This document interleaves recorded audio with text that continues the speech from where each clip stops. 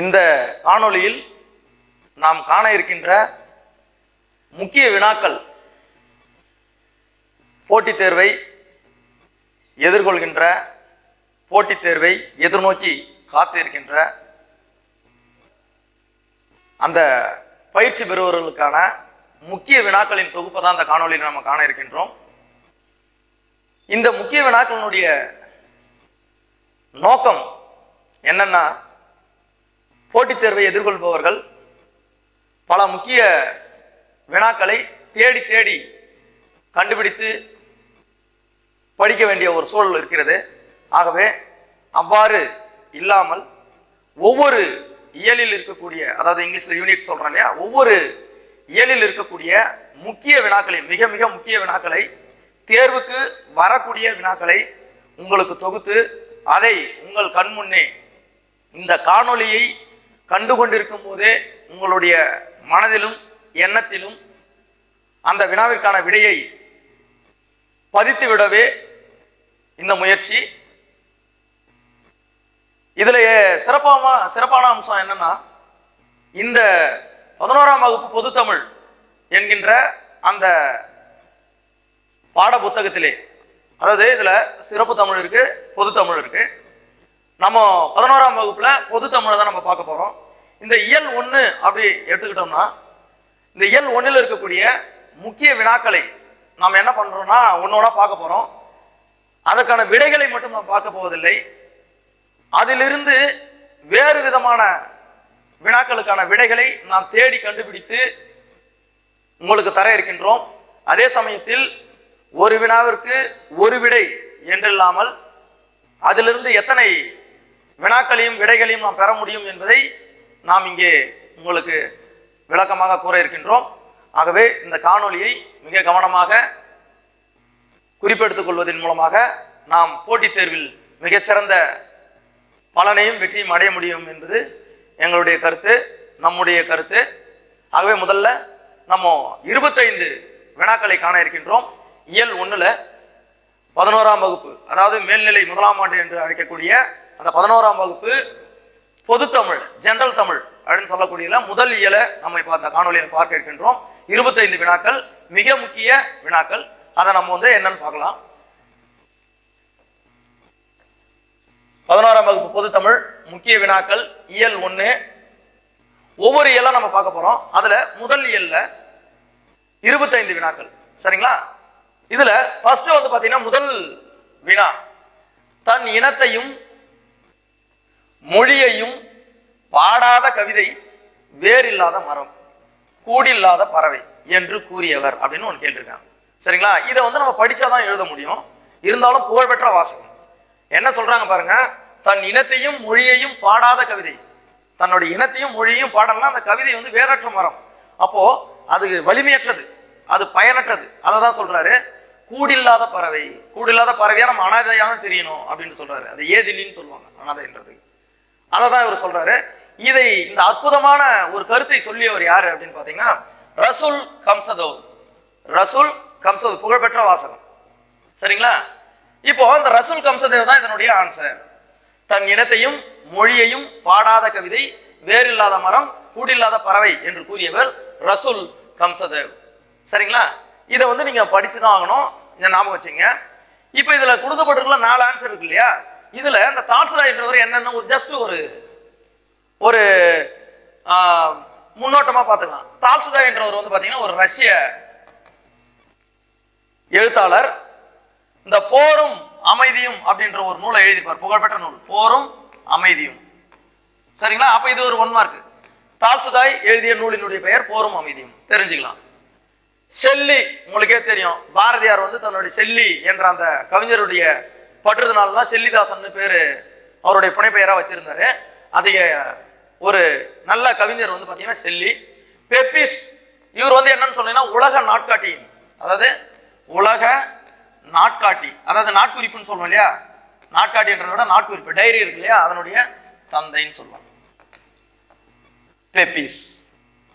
அதே இந்தியாவினுடைய தந்தைன்னு யாரை சொல்லுவோம்னா ஆனந்தரங்கர்னு சொல்லுவோம். ஏன்னா அவர் தான் பாத்தீங்கன்னா நாட்குறிப்பை பிரெஞ்சு அரசுல எழுதி வச்சு ஆரம்பிச்சார். சரிங்களா? அப்ப பாருங்க, தன் இனத்தையும் மொழியையும் பாடாத கவிதை வேறில்லாத மரம் கூடில்லாத பறவை என்று கூறியவர் ரசூல் கம்சதேவ். இதுதாங்க ஆன்சரு.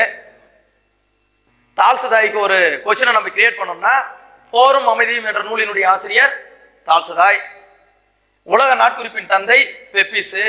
சரிங்களா? ஷெல்லி, பாரதியாருக்கு பிடித்த கவிஞர். பாரதியார் தன்னுடைய புனைப்பெயராக வைத்துக் கொண்ட பெயர் செல்லிதாசன். சரிங்களா? அப்போ ஒரு வினாவுல கிட்டத்தட்ட வந்து 4 வினா விடைகளை நாம் தயாரித்துக் கொள்ளலாம். சரிங்களா? இந்த மாதிரி படிச்சீங்கன்னா உங்களுக்கு நிறைய கொஸ்டின் வந்து என்னவா உங்களுக்கு தெரிய ஆரம்பிக்கும். அடுத்தது இரண்டாவது பாருங்களேன், இதுவும் ஒரு கூற்று தான். ஒரு கூற்றை வந்து நீங்க வந்து படிச்சாதான் நம்ம நினைவில் வச்சுக்க முடியும். வேற எதனாவது வந்து குழு, அதாவது ஷார்ட்கட் ஏதாவது பார்க்கலாம். ஆனா இதுல வந்து பாத்தீங்கன்னா அந்த கூற்றுகளை நீங்கள் படித்து வைத்துக் கொள்ள வேண்டும். மொழி என்ற ஒன்று பிறந்தவுடன் உலகம் என்பதும் நான் என்பதும் தனித்தனியாக பிரிந்து தங்களை தனித்துவமாக நிலைநிறுத்திக் கொள்கின்றன என்றவர். அதாவது மொழி என்ற ஒன்று பிறந்த பிறகுதான் உலகம் என்ற அகன்ற ஒரு பரப்பும் நான் என்பதும் தனித்தனியாக பிரிந்து தங்களை தனித்துவமாக அடிச்சு தான் ஃபர்ஸ்ட், அதுக்கப்புறம் உலகம் அப்படின்னு ஒரு சிங்குலரையும் எல்லாரையும் சேர்த்தோம் அந்த ஒரு விஷயத்த சொன்னது தனித்துவமாக வந்ததுக்கு காரணம் என்னன்னா லாங்குவேஜ். மொழி என்ற ஒன்று, அது எந்த லாங்குவேஜ் வேணா இருக்கலாம். இந்த மொழி என்ற ஒரு விஷயம் வந்த பிறகுதான் தான் என்பதும் உலகம் என்பதும் ஒரு தனித்துவமான கருத்து, ஒரு பிலாசபின்னு சொல்ற இல்லையா, அந்த இது தோன்றுச்சு அப்படின்னு சொல்றாரு. இதை சொன்னவர் யாருன்னு சொன்னீங்கன்னா எர்னஸ்ட் காசிரர்.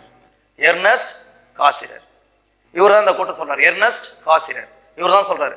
என்ன சொல்றாருன்னா, மொழி என்ற ஒன்று பிறந்தவுடன் உலகம் என்பதும் நான் என்கின்றும் தனித்துவமான கருத்துக்கள் தோன்றுச்சு அப்படின்னு சொல்றாரு எர்னஸ்ட் காசிரர். இதை நீங்க படித்து நினைவில் வைத்துக் கொள்ள வேண்டும். அடுத்ததாக மூன்றாவது வினா, கவிதைகளில் எந்த ஒரு சொல்லும் மற்றொரு சொல்லை விட முக்கியமானதாகி விடுவதில்லை. இதனுடைய அர்த்தத்தை நல்லா உள்வாங்குங்க. கவிதைகளில் எந்த ஒரு சொல்லும் மற்றோட விட சொல்லை முக்கியமானதாகி விடுவதில்லை. ஒவ்வொரு சொல்லுமே முக்கியம். சரிங்களா? எல்லா சொல்லும் முக்கியம்ன்றத சொல்றாரு அவர். இது போன்ற முறைகளில் கவிதை படைத்தவர் யாருன்னு சொன்னீங்கன்னா வால்ட் விட்மன். சரிங்களா? இதை தான் சொல்ல வராங்க. இது எப்படின்னு பார்க்கலாம். கவிதைகளில் எந்த ஒரு சொல்லும் மற்றொரு சொல்லை விட முக்கியமானதாகி விடுவதில்லை என்றவாறு பேச்சு மொழியை கவிதையில் பயன்படுத்தியவர். நம்ம பேசுகின்ற எளிமையான மொழியை வந்து என்ன பண்றாருன்னா கவிதைகளில் புகுத்துறாரு. அந்த எளிய மொழி கூட உங்களுக்கு கருத்துக்களை உள் புகுத்தக்கூடிய அளவிற்கு நமக்கு அந்த கவிதையை படைத்தவர் தான் யாருன்னு சொன்னீங்கன்னா வால்ட் விட்மன். ஒரு மிகச்சிறந்த கவிதையாளர். சரிங்களா? இந்த வால்ட் விட்மன் தான் வந்து பாத்தீங்கன்னா இந்த புது கவிதை இயக்கத்தை தோற்றுவித்தார்னு சொல்லலாம். புது கவிதை இயக்கத்தை தோற்றுவித்தவர்னு சொல்றோம். உலக அளவுல புது கவிதை அப்படின்ற ஒரு இயக்கத்தை தோற்றுவித்தவர் இந்த வால்ட் விட்மன் சொல்றோம். அப்ப கவிதைகளில் எந்த ஒரு சொல்லும் மற்றொரு சொல்லை விட முக்கியமானதாகி விடுவதில்லை என்பதை நினைவில் கொண்டு எளிய சொற்களை கொண்டு கவிதைகள் படைத்தவர் வால்ட் விட்மன். சரிங்களா? இப்ப இந்த ஸ்டெஃபன் மல்லார்மேன்னு ஒருத்தர் இருக்காரு. இவர் என்ன தெரியுங்களா பண்ணுவாரு? இந்த மல்லார்மே இவருடைய கவிதைகள் வந்து மனதுக்குள்ள பேசுகிற மாதிரி இருக்கும். மனதுக்குள் பேசுவது. ஒரு கேரக்டர், ஒரு கதாபாத்திரம் மனசுக்குள்ளே பேசுகிற மாதிரி எழுதுறவர் தான் ஸ்டெஃபான் மல்லார்மே. இந்த பாப்லோ நெருடா இருக்காரு இல்லையா, இவர் வந்து வாழ்க்கையின் வடிவமற்ற தன்மையை சொல்லுவார். வடிவமற்ற தன்மை. இந்த வாழ்க்கைக்கு வந்து ஒரு வடிவம் கிடையாது, வாழ்க்கை எப்படி போகிறது அப்படியே போயிடணும் அப்படின்னு சொல்லிட்டு இயல்பான கருத்துக்களை கொண்டு எழுதியவர் தான் வந்து பாப்லோ நெருடா. ஸ்டெஃபன் மல்லார்மே மனதுக்குள்ள பேசுகிற மாதிரி உதடுகள் பிரித்து தனக்குத்தானே பேசிக் கொள்வது போல எழுத்துக்களை கொண்டு எழுதியவர். வால்ட் விட்மன் எளிய மொழிகளை வைத்து எழுதியவர். அப்ப பாத்தீங்கன்னா கவிதைகளில் எந்த ஒரு சொல்லும் மற்றொரு சொல்லை விட முக்கியமானதாக விடுவதில்லை என்ற முறையில் பேச்சு மொழியை கவிதையில் பயன்படுத்தியவர் யாருன்னு கேட்டீங்கன்னா Walt Whitman. Answer A, Walt Whitman. சரிங்களா? அடுத்தது இப்போ வந்து பாத்தீங்கன்னா அடுத்த கொஸ்டின் ஏதாவது கேட்கலாம் உங்களுக்கு. ஸ்டெஃபன் மல்லார்மேனுடைய கவிதை எப்படி இருக்கும்? மனதுக்குள் பேசுவது போல இருக்கும். பாப்லோ நெருடாவின் கவிதை எவ்வாறு இருக்கும்? அல்லது அவருடைய எழுத்து எப்படி இருக்கும்னா வாழ்க்கையின் வடிவமற்ற தன்மை கூறுபவர் பாப்லோ நெருடா அப்படின்னு சொல்லலாம். சரிங்களா? அப்போ ஒவ்வொரு கொஸ்டினை நீங்க எடுக்கும் போதும் அந்த கொஸ்டின்ல வேற என்ன விஷயங்களை நம்மளால தெரிந்து கொள்ள முடியும் என்பது போல நீங்க அந்த வினாவை படிப்பது மிக சிறந்ததாக இருக்கும். அடுத்தது ஒரு பொறுத்துகை கேட்டிருக்காங்க. எழுத்தாளர்களுடைய நாடை கேட்டிருக்காங்க. எழுத்தாளர்களுடைய நாடு பொறுத்துக்களை. ஃபர்ஸ்ட் அமெரிக்கா, இந்த பொறுத்துக்கு வரும்போது நீங்க வந்து ஓரளவுக்கு தெரிஞ்சிருக்கணும். நம்ம தெரிஞ்சதுல இருந்து தெரியாத போவோம். மிகவும் புகழ்பெற்ற ஒரு கவிஞர் நம்மளுக்கு இதுல படிக்கிறதுல தெரிஞ்சது வந்து பாத்தீங்கன்னா ஜியு போப். ஜியு போப் வாழ்ந்த இடம் எங்கன்னு சொன்னீங்கன்னா கனடா. சரிங்களா? ஜியு போப் வாழ்ந்த இடம் கனடா. சரிங்களா? அப்போ 3க்கு சி, சாரி 4க்கு சி. ஜியு போப் 4க்கு சி. சரிங்களா? 4க்கு சி வரணும். அடுத்தது அமெரிக்காவை சார்ந்தவர் வால்ட் விட்மன். இவங்க எல்லாம் ஃபேமஸானவங்க. அமெரிக்க எழுத்தாளர் வால்ட் விட்மன். அமெரிக்க எழுத்தாளர் வால்ட் விட்மன். சரிங்களா? அப்போ அமெரிக்காவை சார்ந்தவர் வால்ட் விட்மன். அப்போ 1க்கு டி வந்துடுச்சுங்க. அப்போ இது ரெண்டுத்துல தான் ஆன்சரா இருக்கும். 1க்கு டி, 4க்கு சி வந்துடுச்சுங்களா? இதுல ஆன்சர் நம்மளுக்கு கன்ஃபார்ம் ஆயிடுச்சு. அடுத்தது பாருங்க, பிரான்ஸ் நாட்டை சேர்ந்தவர் Stephane Mallarme. Stephane Mallarme. France fan ஞாபகம் வச்சுங்க. பிரான்ஸ் ஃபான், பிரான்ஸ் அப்படின்னு ஞாபகம் வச்சுங்க. Stephane Mallarme. 2க்கு பி. நேராவே பொருத்தி இருக்கு. நீங்க பொறுத்துக்கு வந்து எல்லாமே வந்து கலைச்சி தான் கொடுப்பாங்க, அதை தான் பொருத்தணும் அப்படின்ட்டுலாம் பார்க்காதீங்க. சில பொறுத்துக்களை நேராவே கொடுத்துருப்பாங்க உங்களை குழப்பமடைய செய்வதற்காக.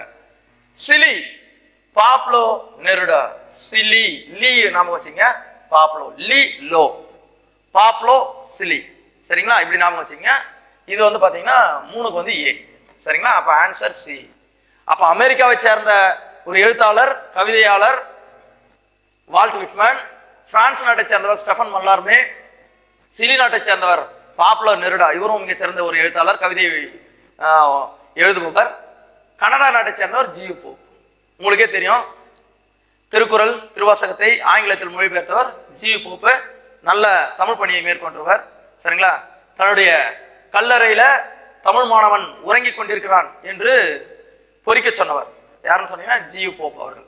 அதை ஞாபகம் வச்சுங்க. அப்போ 4வது கொஸ்டினுக்கு சி ஆன்சர். சரிங்களா?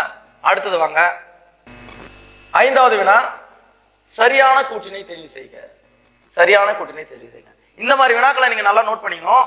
ஒரு கிட்டத்தட்ட வந்து ஒரு 4 ஆப்ஷன் கொடுத்துருக்காங்க இல்லையா, 4 காரணிகள் கொடுத்துருக்காங்க. அதுல நிறைய விதமான நம்ம வந்து நிறைய வந்து வினாக்களுக்கான விடைகளை நம்ம சேகரிக்க முடியும். எப்படின்னு பார்க்கலாம். யாழ்ப்பாண கவிஞர், இலங்கையில யாழ்ப்பாணத்துல பிறந்தவர் யாருன்னு சொன்னீங்கன்னா வில்வரத்தினம். யாழ்ப்பாண கவிஞர் வில்வரத்தினம், சு வில்வரத்தினம். இதை ஞாபகம் வச்சுங்க. யாழ்ப்பாணம். சரிங்களா? யாழ்ப்பாணம் வில்வரத்தினம். யாழ்ப்பாணம் வில்வரத்தினம் சேர்த்து படிங்க, உங்களுக்கு ஞாபகம் கண்டிப்பாக வரும். நீங்க படிக்கும் போது ஆசிரியர் பெயரையும் ஊர் பெயரையும் சேர்த்து படிச்சீங்கன்னா உங்களுக்கு ஈஸியா ஞாபகம் வரும். யாழ்ப்பாணம் வில்வரத்தினம். இம்முல முடியுது பாருங்க. யாழ்ப்பாணம் வில்வரத்தினம். சரிங்களா? யாழ்ப்பாணம் வில்வரத்தினம் அப்படின்னு படிச்சீங்கன்னா உங்களுக்கு ஞாபகம் வந்துடும். அது படிக்கும் போது ஞாபகம் வந்து யாழ்ப்பாணம் வில்வரத்தினம். அப்போ கரெக்ட். மலையாள கவி ரவிவர்மா. இதுவும் நீங்க வந்து அந்த புத்தகத்தில் இருக்கு. ரவிவர்மா மலையாள கவி என்று அழைக்கப்படுவோர் ரவிவர்மா, மிகச்சிறந்த கவிதையாளர். புல்லின் இதழ்கள் என்ற நூலினுடைய ஆசிரியர் வால்ட் விட்மன். புல் வால், புல் வால், புல்லின் இதழ்கள் வால்ட் விட்மன். இதுவும் சரி. 1971 இலக்கியத்திற்காக நோபல் பரிசு பெற்றவர் இங்க யாரை கொடுத்திருக்காங்கன்னா ஸ்டெஃபன் மல்லார்மே கொடுத்திருக்காங்க. இவர் கிடையாது. 1971 இலக்கியத்திற்காக நோபல் பரிசு பெற்றவர் யாருன்னு சொன்னீங்கன்னா பாப்லோ நெருடோ. Pablo Neruda. இவர் தான் என்ன பண்ணிருக்காரு, நோபல் பரிசு வாங்கியிருக்காரு. ஆனா இங்க வந்து தப்பா கொடுத்திருக்காங்க, ஸ்டெஃபன் மல்லார்மேன்னு கொடுத்திருக்காங்க. அதனால 4 மட்டும் தவறு. இங்க என்ன கேள்வி கேட்டிருக்காங்க, சரியான கூற்று தான் கேட்டிருக்காங்க. அப்ப முதல் 3 ரைட்டு. அப்ப 1, 2, 3 சரியா இருக்கிறது பாருங்க. 1, 2 மற்றும் 3 சி கரெக்டா இருக்கு. அப்ப ஆன்சர் இதுதான். அப்ப நீங்க என்ன பண்ணணும்னா ஒரு வினாக்களை நீங்க பார்க்கும்பொழுது இந்த 4வது வினாவில் பாத்தீங்களே தவறுன்னு கண்டுபிடிச்சிங்களே, அதுக்கு சரியான விடையை நீங்க வினாத்தாள்லையோ இல்ல நீங்க குறிப்போ எடுத்து வச்சுக்கிட்டீங்கன்னா உங்களுக்கு வந்து 4 வினாவும் நீங்க சரியா அமைக்கிற மாதிரி நீங்க ஒரு குறிப்பை நீங்க தயார் பண்ணி வச்சுக்கலாம். வினா விடைகளை ரெடி பண்ணி வச்சுக்கலாம். சரிங்களா? அப்ப பாருங்க, அடுத்தது 6வது வினா. அடுத்து ஒரு முக்கியமான குறிப்பு கொடுத்திருக்காங்க. இவரை புரிந்து கொள்வதன் மூலம் குறியீட்டத்தையும், அதாவது குறியீட்டுன்னு சொல்லுவாங்க, சிம்பிள், சிம்பிளிசம்னு சொல்லுவாங்க. குறியீட்டு, குறியீடு ஒன்றை விளக்குவதற்கு அந்த குறியீடு மூலமாகவே அதை சொல்லிட்டு போயிடுவாங்க. ஈஸியா புரிஞ்சிடும் நம்மளுக்கு. இவரை புரிந்து கொள்வதன் மூலமே குறியீட்டத்தையும் புரிந்து கொள்ள முடியும் என்று இருந்தவர் தன்னுடைய எழுத்துக்களில் குறியீட்டத்தை பயன்படுத்தியவர், அதாவது குறியீடை பயன்படுத்தியவர் யாருன்னு சொன்னீங்கன்னா ஸ்டெஃபன் மல்லார்மே. நான் ஏற்கனவே சொல்லியிருக்கேன் இவருடைய எழுத்துக்கள் எப்படி இருக்குன்னு சொல்லிட்டு நம்ம இதுக்கு முன்னாடி தான் படித்தோம். என்ன இருக்குன்னா, தனக்குத்தானே மனசுக்குள் உதடுகள் பிரித்து பேசிக்கொள்வது போல எழுதுபவர் தான் மல்லார்மேன்னு சொன்னேன். அப்போ ஒரு குறியீட்டத்தை வச்சு எழுதக்கூடிய ஒரு மிகச்சிறந்த எழுத்தாளர் தான் யாருன்னு சொன்னீங்கன்னா ஸ்டெஃபன் மல்லார்மே. ஸ்டெஃபன் மல்லார்மே. அப்போ குறியீடு சிம்பலிசம் அப்படின்னு சொன்னீங்கன்னா யாருன்னா ஸ்டெஃபன் மல்லார்மே. இப்போ இதுதான் வச்சுங்க, குறியீடு சிம்பலிசம், சிம்பலிசம் ஸ்டெஃபன் இஸ் அந்த சவுண்ட் வச்சுங்க, ஸ்டெஃபன் சிம்பலிசம், ஸ்டெஃபன் சிம்பலிசம் அப்படின்னு ஞாபகம் வச்சுங்க. சரிங்களா? அப்போ குறியீட்டத்தை, அந்த குறியீடு எனக்குன்ற அந்த சிம்பலிசத்தை தன்னுடைய எழுத்துக்களில் கொண்டு புரிய வைத்தவர் யாருன்னு சொன்னீங்கன்னா ஸ்டெஃபன் மல்லார்மே. அப்ப ஆருக்கு சி வினா, ஸ்டெஃபன் மல்லார்மே தான் குறியீட்டத்தை புரிந்து கொள்ள வைத்தவர். சரிங்களா? அடுத்தது பாருங்க, ஒரு ஆசிரியருடைய பெயர் கொடுத்திருக்காங்க, இந்திரன் என்னும் புனை பெயரில் எழுதி வருபவர். இந்திரன் என்பது அவருடைய புனை பெயர், ஆனா அவருடைய உண்மையான பெயர் என்னன்னு கேட்கிறாங்க. இவர் வந்து யாழ்ப்பாண கவிஞர்னு ஏற்கனவே பார்த்தோம். அழகிய பெரியவன் வந்து பாத்தீங்கன்னா வேலூர் மாவட்டம் பேரணாம்பட்டு, இவர் வந்து பாத்தீங்கன்னா பேரணாம்பட்டு என்ற பகுதியை சார்ந்தவர் அழகிய பெரியவன். இவர் ஏதிலி குருவிகள்னு ஒரு நூல்களை எழுதியிருப்பார் இவரு. சரிங்களா? மிகச்சிறந்த ஒரு எழுத்தாளர். இவர் வந்து பாத்தீங்கன்னா குறடு, நெறிக்கட்டு, தமிழக அரசுடைய விருது பெற்ற ஒரு நூல் தகப்பன் கொடின்னு ஒரு நூல் இருக்கு. தகப்பன் கொடி தமிழ்நாடு அரசுடைய விருது பெற்ற ஒரு நூல். இந்த முக்கியமான நூலை எழுதினவர் வந்து பாத்தீங்கன்னா அழகிய பெரியவன். சரிங்களா? நீங்க நல்லா ஞாபகம் வச்சுங்க, இந்திரன் என்னும் புனை பெயரில் எழுதி வருவவரை நம்ம கண்டுபிடிக்க போறோம். அதுக்கு முன்னாடி யார் யார் தெரிஞ்சதோ அவங்களை பார்க்க போறோம். வில்வரத்தினத்தை நம்ம ஏற்கனவே பார்த்தோம், யாழ்ப்பாண கவிஞர் அவரு. சரிங்களா? இப்போ வந்து அழகிய பெரியவன் வந்து பேரணாம்பட்டு, வேலூர் மாவட்டம் பேரணாம்பட்டை சேர்ந்தவர். இவர் எழுதிய முக்கியமான நூல்கள்னு பார்த்தோன்னா குறடு, நெறிக்கட்டு. சரிங்களா? அதுக்கப்புறம் வந்து பாத்தீங்கன்னா தகப்பன் கொடி என்ற நூல்களை எழுதியவர். இந்த தகப்பன் கொடி வந்து பாத்தீங்கன்னா தமிழ்நாடு அரசினுடைய விருது பெற்ற ஒரு நூல் தகப்பன் கொடி. சரிங்களா? ஆனா இப்ப இந்திரன் என்னும் புனைப்பெயரில் எழுதி வருபவர் யாருன்னு சொன்னீங்கன்னா ராசேந்திரன். இதுதான் சரியான ஆன்சர். இது வந்து புத்தகத்துல இருக்கும். எப்படி நான் கண்டுபிடிக்கிறேன்னா இந்திரன் ராசேந்திரன், இந்திரன் ராசேந்திரன். நல்லா ஞாபகம் வச்சுங்க, இந்திரன் ராசேந்திரன். இங்க பாருங்க, இந்திரன் ராசேந்திரன். சரிங்களா? இந்த முடியல வரும். அப்ப இந்திரன் ராசேந்திரன் அப்படின்னு படிச்சீங்கன்னா உங்களுக்கு எளிமையாக உங்களுக்கு மனதில் உட்கார்ந்துரும். எல்லாமே நீங்க யோசிக்கிறதுல தான் இருக்கு. உங்களுக்கு எப்படி புரியுமோ அப்படி படிச்சீங்க. இந்திரன் ராசேந்திரன் முடிஞ்சது. அடுத்தது 8வது வினா, ஒரிய மொழி கவிஞர் மனோரமா பிஸ்வாசின். அதாவது பாத்தீங்கன்னா இதுல வந்து 2 வினாக்களை நீங்க எடுத்துக்கணும். அப்ப மனோரமா பிஸ்வாசின், அப்ப இவர் ஒரு நூலை எழுதியிருக்காரு, பறவைகள் ஒரு வேளை தூங்க போயிருக்கலாம். அப்போ இதுலயே நீங்க ஒரு வினாவிடையே படிச்சுக்கணும். எப்படின்னு கேட்டீங்கன்னா மனோரமா பிஸ்வாஸ் எழுதிய நூலின் பெயர் என்ன? பறவைகள் ஒரு வேளை தூங்க போயிருக்கலாம். சரிங்களா? ரைட். என்ற நூலுக்காக 2011 சாகித்ய அகாதமி விருது பெற்றவர். சரிங்களா? யாருன்னு கேட்டீங்கன்னா இந்திரன். நம்ம பார்த்தோம் இல்லையா, அந்த இந்திரன் என்கின்ற ராசேந்திரன். இது வந்து மொழிபெயர்த்திருக்காரு, வேற ஒண்ணும் இல்லைங்க. ஒரிய மொழி கவிஞர் மனோரமா பிஸ்வாஸ் வந்து பறவைகள் ஒரு வேளை தூங்க போயிருக்கலாம் என்ற இதை வந்து அவருடைய மொழியில எழுதினார். அதை மொழிபெயர்த்ததுனால 2011 சாகித்ய அகாதமி விருது பெற்ற ஒரு எழுத்தாளர் யாருன்னு சொன்னீங்கன்னா இந்திரன். இதை ஞாபகம் வச்சுக்கணும். ஏன்னா மொழிபெயர்த்திருக்காரு. ஒரிய மொழி கவிஞர்னும் போது நம்ம வந்து கொஞ்சம் கவனமாயிடும். அப்ப அது கண்டிப்பா மொழிபெயர்ப்பு நூலா இருக்கும். ஏன்னா இந்திரன் வந்து தமிழ் மொழி எழுத்தாளர். சரிங்களா? அப்ப அதை ஞாபகம் வச்சுங்க. அப்ப ஒரிய மொழி கவிஞர் மனோரமா பிஸ்வாசின் பறவைகள் ஒரு வேளை தூங்க போயிருக்கலாம் என்ற நூலுக்காக 2011 சாகித்ய அகாதமி விருது பெற்ற ஒரு ஆசிரியர் யாருன்னு சொன்னீங்கன்னா இந்திரன். சரிங்களா? அடுத்தது பாருங்க, பொறுத்துக. இதுல வந்து நீங்க கொஞ்சம் கவனமா இருக்கணும். இலக்கண நூல் கொஞ்சம் பாருங்க. பாயிரம் என்ன பண்ணிருக்காங்கன்னா அதனுடைய வகைகளை கொடுத்துருக்காங்க. கூறுகளையும் வகைகளையும் காரணிகளையும் கொடுத்துருக்காங்க. இதை நம்ம பார்க்கணும். பாயிரம், பாயிரத்தினுடைய வகைகள் கொடுத்துருக்காங்க. 2 வகைன்னு கொடுத்துருக்காங்க, 5 கூறுகள் சொல்லியிருக்காங்க, 8 செய்திகள் கொடுத்துருக்காங்க, 7 கொடுத்துருக்காங்க. சரிங்களா? இப்போ நான் என்ன உங்களுக்கு விளக்க போறேன்னு சொன்னீங்கன்னா இதுல எல்லாமே படிச்சாதான் புரியக்கூடியது. எல்லாமே படிச்சாதான் உங்களுக்கு தெரியும். பாயிரத்துல 2 வகை இருக்கு. ஒன்னு பொது பாயிரம், இன்னொன்னு சிறப்பு பாயிரம். இது நம்மளுக்கு தெரிஞ்சது. பொது பாயிரம், சிறப்பு பாயிரம். அப்ப 1க்கு 2, அதாவது டி. 1க்கு டி இருக்கணும். அது என்னன்னு கேட்டீங்கன்னா பொது பாயிரம், இன்னொன்னு சிறப்பு பாயிரம். முடிஞ்சதுங்களா? அப்ப இந்த பொறுத்துகளே நம்ம 2 விஷயத்தை தெரிஞ்சுக்கணும். பாயிரத்தினுடைய வகைகள் 2. ஒன்னு பொது பாயிரம், இன்னொன்னு சிறப்பு பாயிரம். முடிஞ்சதுங்களா? அடுத்தது பொது பாயிரம் இருக்கு இல்லையா, இதுல எத்தனை கூறுகள் இருக்குன்னு சொன்னீங்கன்னா 8 கூறுகள். 8 கூறுகள். அது எப்படின்னு நான் சொல்றேன். 2க்கு சி. எப்படின்னு சொன்னா மாணவனுடைய இயல்பு, ஆசிரியருடைய இயல்பு, நூலின் இயல்பு, கற்கும் முறை, கற்பிக்கும் முறை. இந்த 5 கூறுகளை உள்ளடக்கியது தான் பொது பாயிரம். பொதுவான கருத்து, ஆசிரியருடைய இயல்பு, மாணவருடைய இயல்பு, ஆசிரியர் கற்பிக்கும் முறை, மாணவர் கற்கும் முறை, நூலினுடைய இயல்பு. இந்த 5 கூறுகள். அப்போ பொது பாயத்துல 5 கூறுகள் போட்டாச்சு. 2க்கு சி. 3வதுக்கு பாருங்க சிறப்பு பாயிரம். சிறப்பு பாயிரத்துல வந்து பாத்தீங்கன்னா 8 செய்திகள் இருக்கும். நூல் வழி என்ன வழியில ஏற்பட்டது, நூலினுடைய பொருள் என்ன, நூல் எந்த காலத்தில், அதை எந்த காலத்தில் அரங்கேற்றப்பட்டது, அது சொல்லுகின்ற நூலினுடைய பயன் என்ன, அதனுடைய தொகை, விரி போன்ற அந்த பல செய்திகளை சொல்வது. 8 வகையான செய்திகளை சொல்வது. இதுதான் வந்து பாத்தீங்கன்னா சிறப்பு பாயிரத்தினுடைய செய்திகள் 8. அப்ப சிறப்பு பாயிரம் செய்திகள் 8. அப்போ 3க்கு பி. 4க்கு பாருங்க பாயிரத்திற்கு நன்னூல் தருகின்ற பெயர் 7. 7 பெயர்களை கொடுக்கு.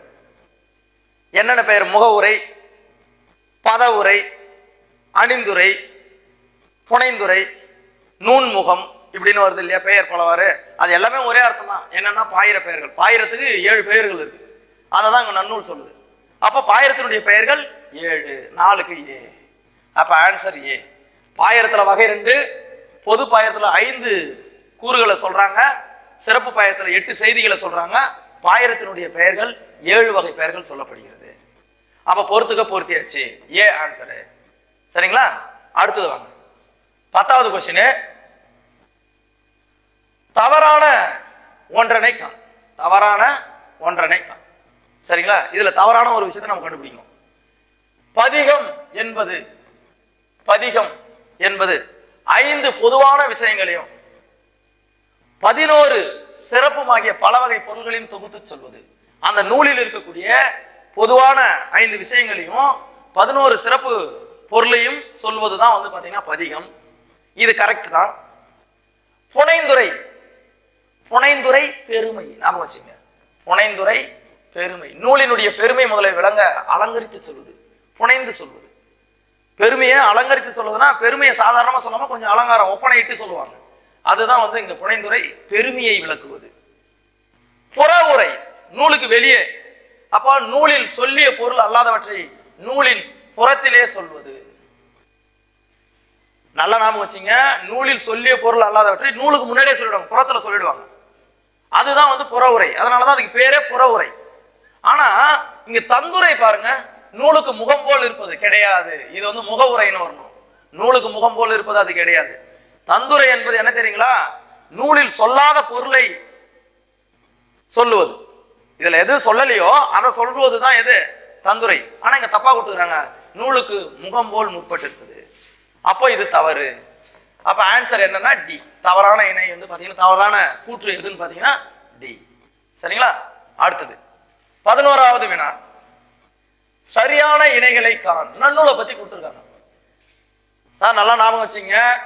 இந்த நன்னூல் கொடுக்காம கூட விடலாம், நீங்களே புரிஞ்சுக்கணும். சரிங்களா? ஆனா கொடுத்துருக்காங்க. ஏன்னா உங்களுக்கு ஐடென்டிபிகேஷன் பண்றதுக்காக, உங்களுடைய குறிப்பிட்டு காட்டுவதற்காக. நல்லா ஞாபகம் வச்சுங்க. நன்னூலினுடைய பிரிவுகள், நன்னூலினுடைய பிரிவுகள் 2ன்னு சொல்றாங்க. நன்னூலோட பிரிவுகள் 2ன்னு சொல்றாங்க. என்ன பார்த்துங்க? பாயிரம் தாங்க. சரிங்களா? பொது பாயிரம், சிறப்பு பாயிரம், நன்னூலை பிரிக்கிறாங்கன்னு சொல்றோம். சரிங்களா? அப்படித்தானே? எழுத்ததிகாரம், சொல்லதிகாரம். அங்க பாயிரத்துக்கு இதுக்கு போக. நன்னூலினுடைய பிரிவுகள் 2 பிரிவா பிரிச்சிருக்காங்க. ஒன்னு எழுத்ததிகாரம், இன்னொன்னு சொல்லதிகாரம். இது பொருளதிகாரத்தை நன்னூல் சொல்லல. அப்போ எழுத்து, சொல்லு, இதுதான் வந்து நன்னூலினுடைய பிரிவு. ரைட்டுங்களா? அடுத்தது எழுத்ததிகார பகுதிகள். எழுத்ததிகார பகுதிகள் எதுன்னா 5. என்னென்ன வரும்னா எழுத்தியல், பதவியல், உயிரிற்று புணரியல், மெய்யிற்று புணரியல், உருபு புணரியல். இந்த 5 பிரிவுகளை உள்ளடக்கி தான் எழுத்ததிகாரம். அப்ப 5 கரெக்ட்.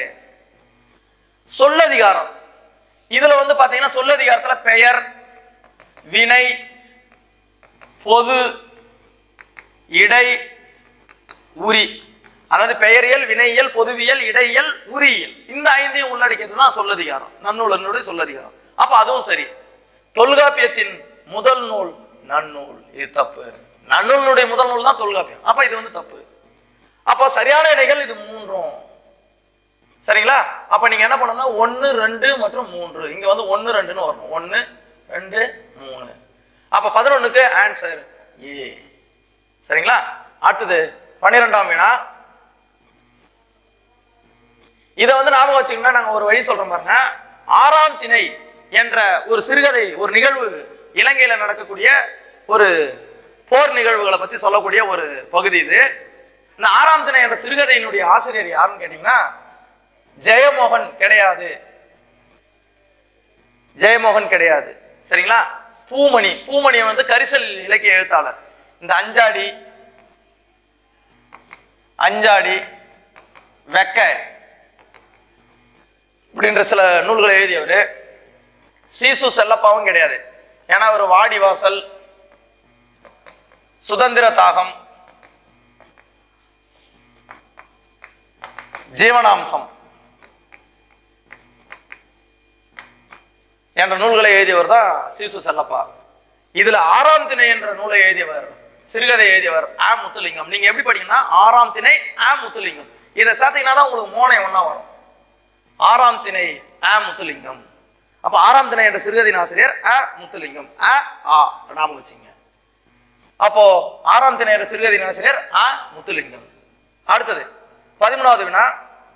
1999 வடக்கு வீதி. சரிங்களா? 1999 வடக்கு வீதி என்னும் சிறுகதை தொகுப்பிற்கு இலங்கை அரசின் சாகித்ய பரிசை பெற்றவர். இலங்கை அரசுல சாகித்ய பரிசை வாங்கிக்கிறார். யாருன்னு சொன்னீங்கன்னா இந்த முத்துலிங்கம். வடக்கு வீதி முத்துலிங்கம் அப்படின்னா வச்சுங்க. வடக்கு வீதி முத்துலிங்கம். சரிங்களா? வடக்கு வீதி முத்துலிங்கம் நாம வச்சுங்க. 1999 இலங்கை அரசனுடைய சாகித்ய விருதை பெற்றவர், சாகித்ய பரிசை பெற்றவர் முத்துலிங்கம். இதை எப்படி நாம வச்சோம்னா வடக்கு வீதி முத்துலிங்கம் அப்படின்னு நாம வச்சுங்க. வடக்கு வீதி முத்துலிங்கம். இந்த மாதிரி சேர்த்து படிச்சீங்கன்னா உங்களுக்கு எளிமையா உங்க பரீட்சையில கேட்கும்போது, தேர்வுல கேட்கும்போது உங்களுக்கு ஞாபகம் வரும். சரிங்களா? இந்த முத்துலிங்கம் வேற என்னென்ன நூல்களை எழுதியிருக்காருன்னா நான் உங்களுக்கு நினைவுபடுத்துறேன். அக்கா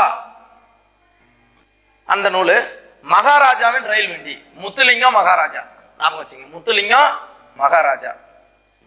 திகட சக்கரம், இந்த மகாராஜாவின் ரயில் வண்டியில சக்கரம் தேவை அப்படின்னு ஞாபகம் வச்சுங்க.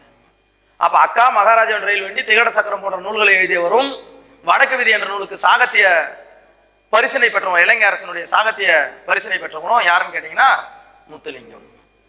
சரிங்களா? அடுத்தது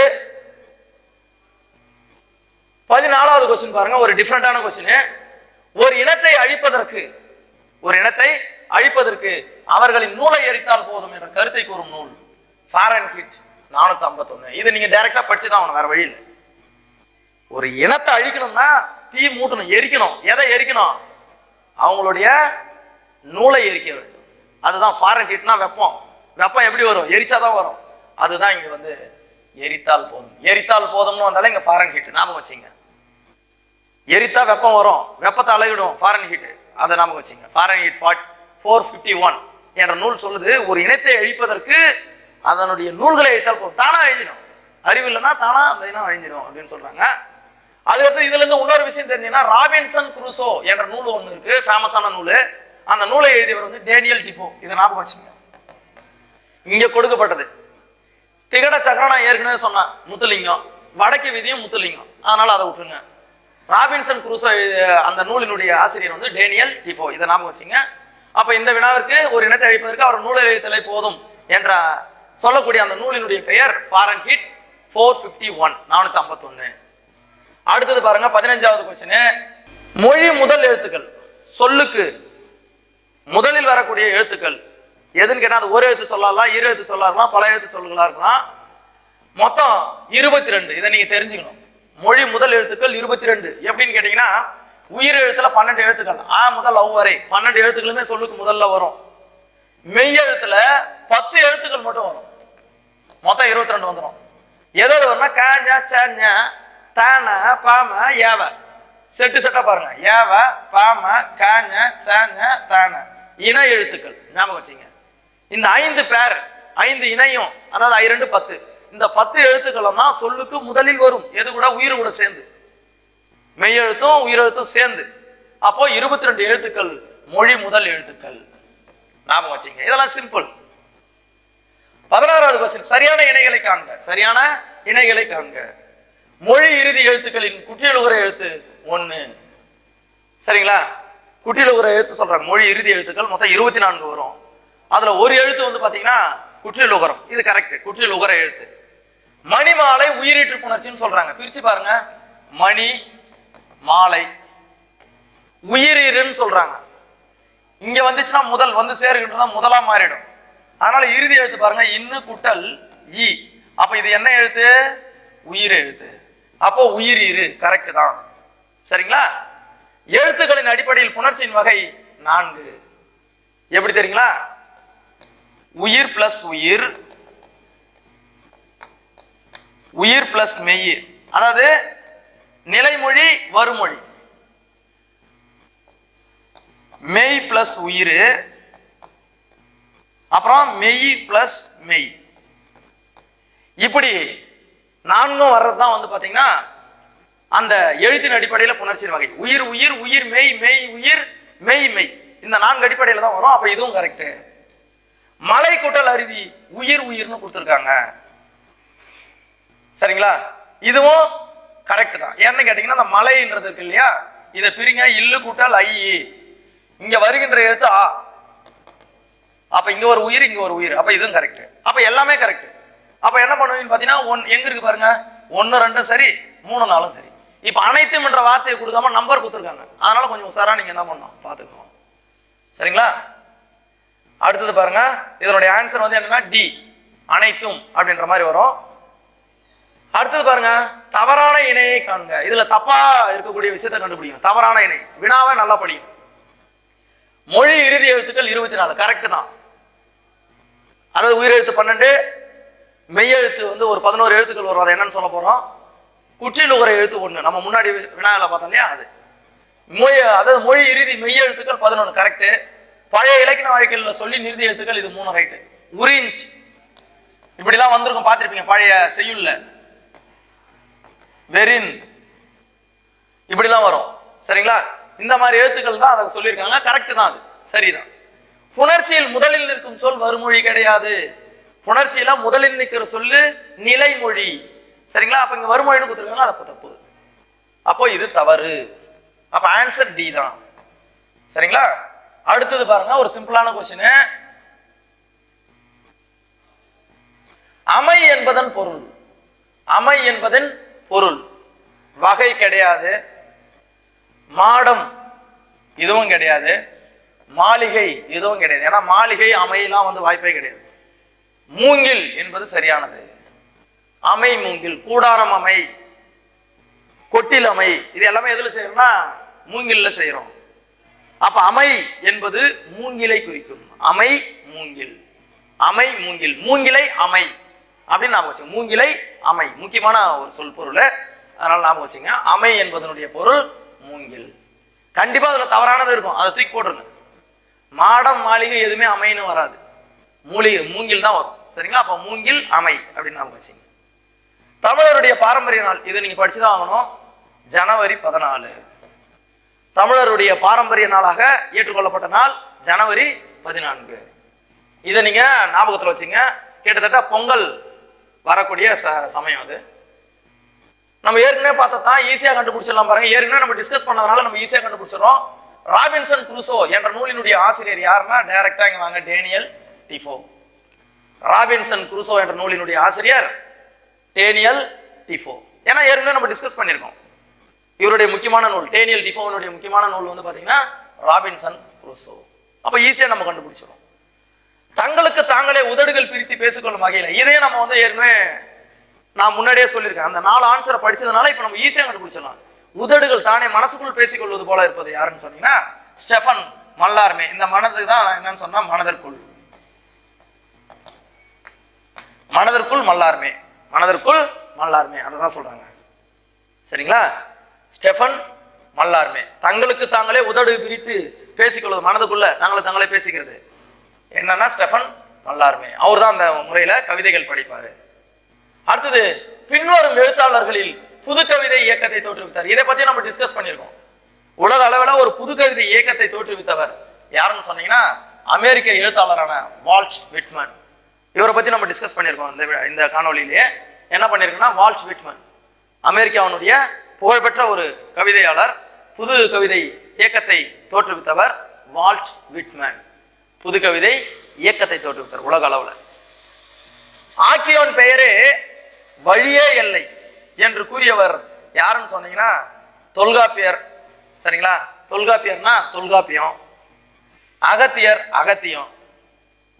சரிங்களா? இதுல இந்நிலை அப்படின்றதுல கல்லாடனார் சொல்லலாம். அடுத்தது பாத்தீங்கன்னா இங்க பவனந்தி முனிவர்னு கொடுத்துருக்காங்க. பவனந்தி முனிவர் தான் நன்னூல். அப்போ இது என்ன நூல் சொல்லுதுன்னா ஆக்கியோன் பெயரே வழியே எல்லை. ஆக்கியோன் பெயர், அதனுடைய வழி, அதனுடைய எல்லை, அவற்றை பற்றி தன்னுடைய பாயிரத்தில் குறிப்பிடுகின்ற ஒரு நூல் எதுன்னு சொன்னீங்கன்னா நன்னூல். அப்ப அந்த நன்னூலினுடைய ஆசிரியர் பெயர் தான் கொடுத்துருக்காங்க. யாருன்னு சொன்னா பவனந்தி முனிவர். அதை நீங்க கண்டுபிடிக்கணும். உங்களுக்கு போட்டியே இதில் தான் வரும். தொல்காப்பியரா பவனந்தி முனிவரான, தொல்காப்பியமா நன்னூலான. ஆனா நன்னூல் இந்த மாதிரி சிறப்பு பாயத்துல இந்த விஷயத்தெல்லாம் கேட்ட ஒரு நூல் எதுன்னு சொன்னா, கூறிய நூல் எதுன்னு சொன்னீங்கன்னா நன்னூல். அதனுடைய ஆசிரியர் பவனந்தி முனிவர். அப்ப ஆன்சர் சி. சரிங்களா? அடுத்தது பாருங்க 24வது வினா. தொகை வகை விரி நூலின் பெயர் நூலை கேட்போர் பற்றி கூறுவது சிறப்பு பாயிரம். எதனுடைய சிறப்பு பாயிரம்? நன்னூலினுடைய சிறப்பு பாயிரம். நான் ஏற்கனவே சொன்னேன் நன்னூலினுடைய சிறப்பு பாயிரம் என்ன, எத்தனை செய்திகளை சொல்றதுன்னா 8 செய்திகள். இதை நம்ம ஏற்கனவே டிஸ்கஸ் பண்ணிருக்கோம். அந்த 8 செய்திகள் தான் இங்க சொல்றாங்க. அதை தான் கேள்வியா கேட்கறாங்க. தொகை வகை விரி நூலின் பெயர் நூலை கேட்போர் பற்றி கூறுவது. இங்க 5 குற்றம், இன்னும் 3 இருக்கு. நன்னூலினுடைய சிறப்பு பாயிரம். அப்போ ஆன்சர் பாத்தீங்கன்னா சிறப்பு பாயிரம். பொது பாயிரம் 5 கூறுகளை சொல்லும். சரிங்களா? அடுத்தது லாஸ்ட் கொஸ்டின். 1996ல தமிழக அரசின் முதல் பரிசினை பெற்ற முத்துலிங்கத்தின் சிறுகதை தொகுப்பு வம்ச விருத்தி. முத்துலிங்கத்தினுடைய தமிழக அரசினுடைய முதல் பரிசினை பெற்ற ஒரு நூல் எதுன்னு சொன்னீங்கன்னா வம்ச விருத்தி. அப்ப இதுல இருந்து நீங்க தெரிஞ்சுக்கலாம், அந்த முத்துலிங்கம் எழுதிய நூல்கள்லாம் இதெல்லாம் தான். அக்கா, மகாராஜாவின் ரயில் வண்டி, திகட சக்கரம், வம்சவிருத்தி. இதுல தமிழக அரசனுடைய பரிசு பெற்றது வம்சவிருத்தி. சரிங்களா? வம்சவிருத்தி முத்துலிங்கம், வம்சவிருத்தி முத்துலிங்கம், முத்துலிங்கம் மகாராஜாவின் ரயில் வண்டி அப்படி சேர்த்து படிச்சிங்க. திகட சக்கரம் மகாராஜாவின் ரயில் வண்டியில முத்துலிங்கம். சரிங்களா? எப்படி ஞாபகம் வச்சுக்கிட்டான்? திகட சக்கம் பொருத்திய, அதாவது திகட சக்கரம் பொருத்திய மகாராஜாவின் ரயில் வண்டியில முத்துலிங்கம் பயணிக்கிறார். திகட சக்கரம் உள்ள மகாராஜாவின் ரயில் வண்டியில் முத்துலிங்கம் சென்று கொண்டிருக்கிறார். வம்சவிருத்தி இந்த இதனுடைய வம்சவிருத்தி. இதெல்லாம் அவர் எழுதிய நூல்கள். தமிழக அரசினுடைய முதல் பரிசை பெற்றது வம்சவிருத்தி என்ற நூல். சரிங்களா? இந்த 25 கொஸ்டினும் இந்த மேல்நிலை 1ஆம் ஆண்டு என்று அழைக்கக்கூடிய 11ஆம் வகுப்பு பொது தமிழ்ல மிக முக்கிய வினாக்கள். இந்த வினாக்களை நீங்கள் படித்துக் கொண்டாலே உங்கள் தேர்வுக்கு மிக மிக உதவியாக இருக்கும். நன்றி, வணக்கம்.